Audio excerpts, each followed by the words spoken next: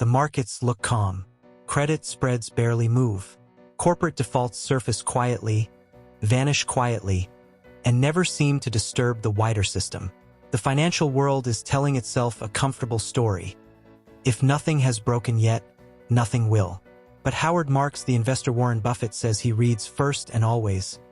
The man whose memos have anticipated nearly every major turn in credit markets for 35 years is troubled. He warns we are living through the single most dangerous moment of the cycle, the moment where nothing looks dangerous at all. In his words, risk-taking has been rewarded, caution has been penalized, and prudence is not in the ascendancy.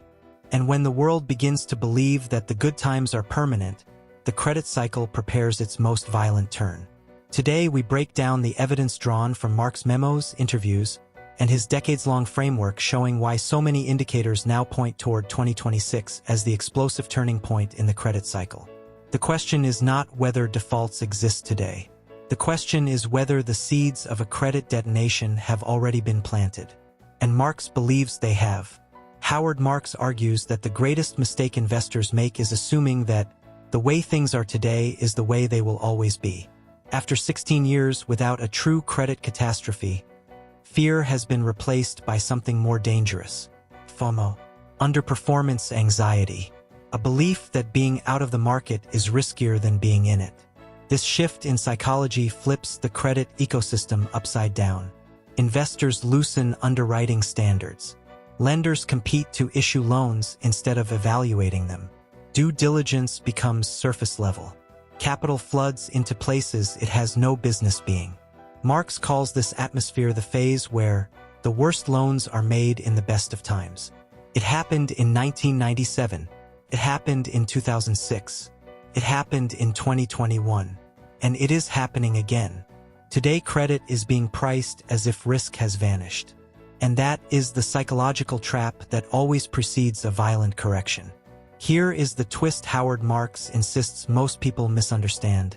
Defaults are not the problem. Behavior is. Defaults happen every year: good times, bad times, sideways markets.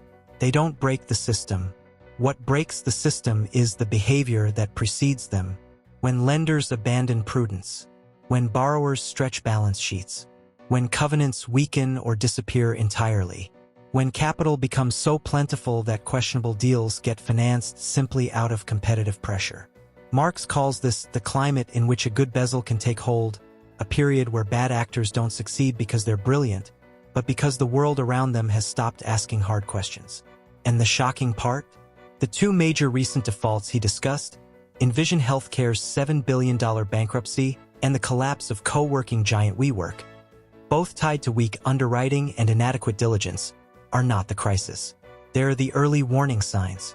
Both companies had covenant-lite loans. Both were financed during the 2020 to 2021 euphoria. Both were given terms that assumed zero interest rates would last forever. And here's what should terrify you. These aren't outliers. Moody's reports that 75% of leveraged loans issued since 2020 are covenant-lite, meaning lenders gave up their legal protections at the exact moment they needed them most. They're the tremors before the quake. The signals that credit standards have slipped and fear has evaporated. The real danger isn't what has already blown up. It's what hasn't blown up yet. Mark's framework for understanding markets is brutally simple. We never know where we're going, but we sure as hell ought to know where we are. So, where are we? 16 years without a major credit breakdown. Investors who believe staying on the sidelines is riskier than deploying capital. Private lenders competing aggressively on loose terms. Corporations carrying record debt loads based on near-zero interest assumptions. High-yield bonds still trading as if recessions have been outlawed. Optimism at levels not seen since the late 1990s. Marks describes this as the incautious zone, the late stage of the credit expansion, where risk is ignored and spreads compress. Credit cycles do not die peacefully. They end with a turn, a moment when borrowers who relied on cheap capital discover that cheap capital no longer exists. This is where the analysis becomes mathematical, not emotional. Between 2024 and 2026, more corporate debt matures and needs refinancing than at any point in the last 10 years. According to the Bank for International Settlements, $3.5 trillion in corporate bonds mature in 2026 alone, a single-year record. Companies that borrowed at 2 to 4% will be forced to refinance at 7 to 10%. And here's the trigger: Marx is watching. The majority of this debt is concentrated in three sectors, drowning in leverage: commercial real estate, private equity portfolio companies, and regional banks. Zombies that could only survive on artificially cheap money will be exposed. Companies built on leverage, private equity deals, commercial real estate, even venture-backed firms will face a brutal reckoning. Marx has warned for decades that credit stress always emerges when the old cost of capital meets the new cost of capital. That collision is scheduled for 2026. When the first major refinancing fails, and Marx predicts it will happen in Q1 2026, the contagion will be instant. Lenders will freeze. Spreads will explode overnight. This isn't a slow unwind. It's a liquidity seizure. This is not speculation. It is arithmetic. The fuse was lit in 2022 when interest rates spiked. The explosive material is the trillions in debt that must reprice. And 2026 is where the flame meets the barrel. If the credit cycle is preparing to turn, why doesn't the market feel it? Marx explains the paradox. The moment when risk feels the smallest is often the moment when risk is actually greatest. During expansions, investors stop demanding risk premiums. Lenders reinterpret bad news as temporary noise. Borrowers stack obligations that only work if growth never slows. Covenant-lite loans dominate the credit landscape. Marx compares this to a battlefield where soldiers stop wearing armor because nobody has been shot lately. The absence of catastrophe becomes the justification for taking even more risk. And that false sense of safety is the precondition for disaster. Credit cycles don't explode instantly. They lull investors into complacency. Then one small moment snaps the spell. A refinancing fails. A lender announces losses. A company collapses. And suddenly the market realizes the pricing of credit never matched the risk. Marx calls this the upward swing in fear, and it follows a four-stage pattern visible in every crisis. Stage 1, too much optimism. Stage 2, too little risk aversion. Stage 3, too much capital chasing deals. Stage 4, deals get financed that never should exist. Today, all four boxes are checked. But here's the brutal truth Marx teaches. By the time defaults appear, the damage is already baked in. The moment to act isn't when the explosion happens. It's in the eerie calm before it. And we're living in that calm right now. When optimism dies, it doesn't fade. It snaps. Lenders who once rushed to deploy capital now rush to retrieve it. Low-yield borrowers are instantly repriced as distressed. Confidence evaporates overnight.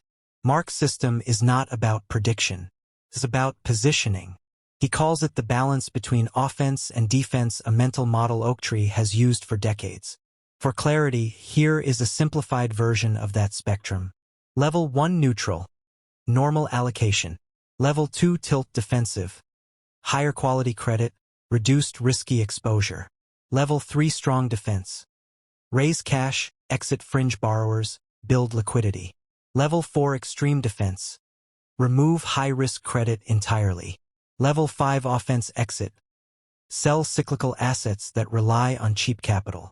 Level 6 shorting, rare, reserved for unmistakable bubbles. Marx says he rarely uses this. Marx's message is clear. You don't need to predict the exact day the credit cycle breaks. You just need to be positioned for when it does. And today, he argues, the environment demands leaning toward defense. Marx often says, we never know when, but we often know what. And here is what we know today. The credit cycle is old. Refinancing pressure is mathematically guaranteed. Borrowing costs have tripled. Spreads remain thin. Many companies built unsustainable capital structures under 0% interest policy. So here's what Marx would do, and what Oaktree is quietly doing right now. 1. Exit high-yield bonds below BB rating. These are the companies that can't survive 10% interest rates. They're zombies on life support. 2. Avoid anything tied to commercial real estate. Office buildings financed at 3% rates are about to face a reckoning when they refinance at 9%. Regional banks holding these loans are sitting on landmines. 3. Build a 20 to 30% cash position. Not to hide, to hunt. The distressed debt opportunities in 2026 to 2027 will be the best since 2009. Marx calls this positioning for offense after playing defense. 4. Focus on senior secured debt in essential industries, utilities, healthcare, infrastructure. Boring? Yes. But boring survives cycles. 5. Recognize the environment. This is not the time to stretch for returns. It is the time to survive. If 2026 delivers the explosion the cycle is hinting at, the winners won't be the boldest. They'll be the ones who stayed liquid when everyone else was fully invested. Here is the truth Howard Marks has spent 50 years teaching. You cannot predict the credit cycle, but you can position for it. The cycle is not destiny. It is behavior. It is psychology. It is the illusion of safety built up over years of calm. And when that illusion breaks, the cycle turns violently and without mercy for those who believed the good times were permanent. But for the prepared, the downturn is not the end.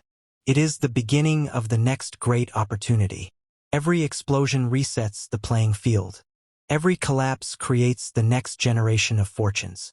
Every cycle rewards the investor who stayed patient when others were euphoric and courageous when others were terrified. As we move toward 2026, a year loaded with $3.5 trillion in refinancing, rising defaults, and a credit system stretched to its fragile limits, Marx would ask only one question. Are you positioned for the next phase of the credit cycle? Or are you still betting on the last one,